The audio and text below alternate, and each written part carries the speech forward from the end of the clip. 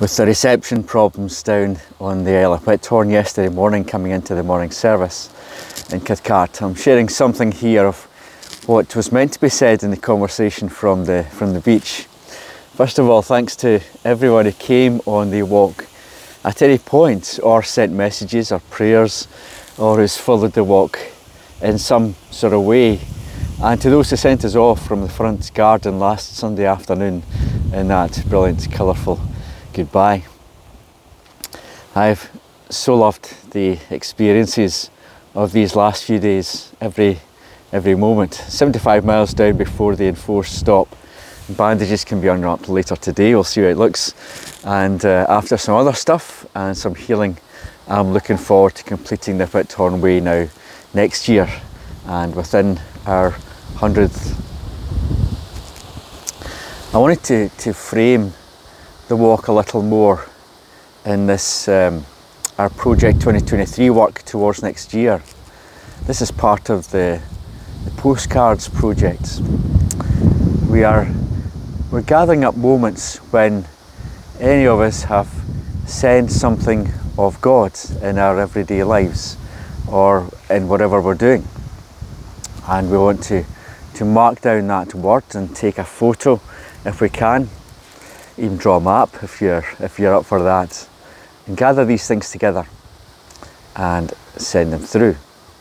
And I'm putting together all these things and a collective book that we will pass on to the next generation of this church, a note, a gift forward of how God was speaking to us at this moment in our life as a community together. And this Whithorn walk is one of those postcards that is being written across an intense period.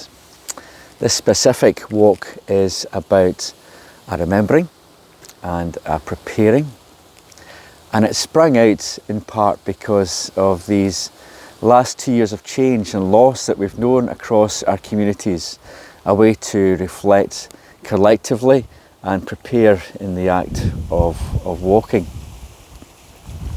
Walking has been such an important part of our church's distinctive life together that when we think of what the church has been and has come through, there are points when walking has mattered and affected people, and that in any act of remembering and preparing towards next year, there was a way of exploring walking in that experience. And this walk is part of that distinctive of our church, to reflect on God's presence with us over past years while leading into whatever He holds future for us in the next steps. And this whole experience of the walk has felt like a gift. I can't really explain it in any other way. It has been painful at points physically, but every moment has felt like an utter gift. And that sense of the giftedness of living, of being with others, of being in this moment and being able to say thank you, that has felt overwhelming in the walking. I've utterly loved it, and I cannot wait to get these toes healed and ready to make it back down to complete. But even this pause, it feels like just part of the journey, an opportunity to understand more of God in the pause and in the changes. And also the character of each day was distinct, and the photos and objects of each day signal that they are themselves gifts into our understanding of our walk with God, both personally and as a church. As we found our way over these 100 years and looked towards the next patterns of God at work in our lives, these different moments of each day, the different character and distinctives of each day, spoke to me, and I found them hugely helpful. The pattern of the bridges from Paisley out to Lochwinnoch, that crisscrossing of our lives with others for brief moments, and what we do with these crossings, and then the constant, enduring and glorious presence of the sea down the coastline on those beautiful days, an utterly compelling image of God close to us, enduringly close as we walk on the sand. And then they turn inland on Thursday to the forests and the muirs. Very different experience.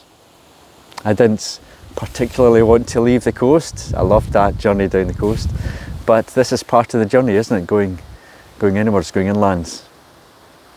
And there in the bogs and the water and the forests, every step was careful. You're very aware of the things around you, the closeness of other things.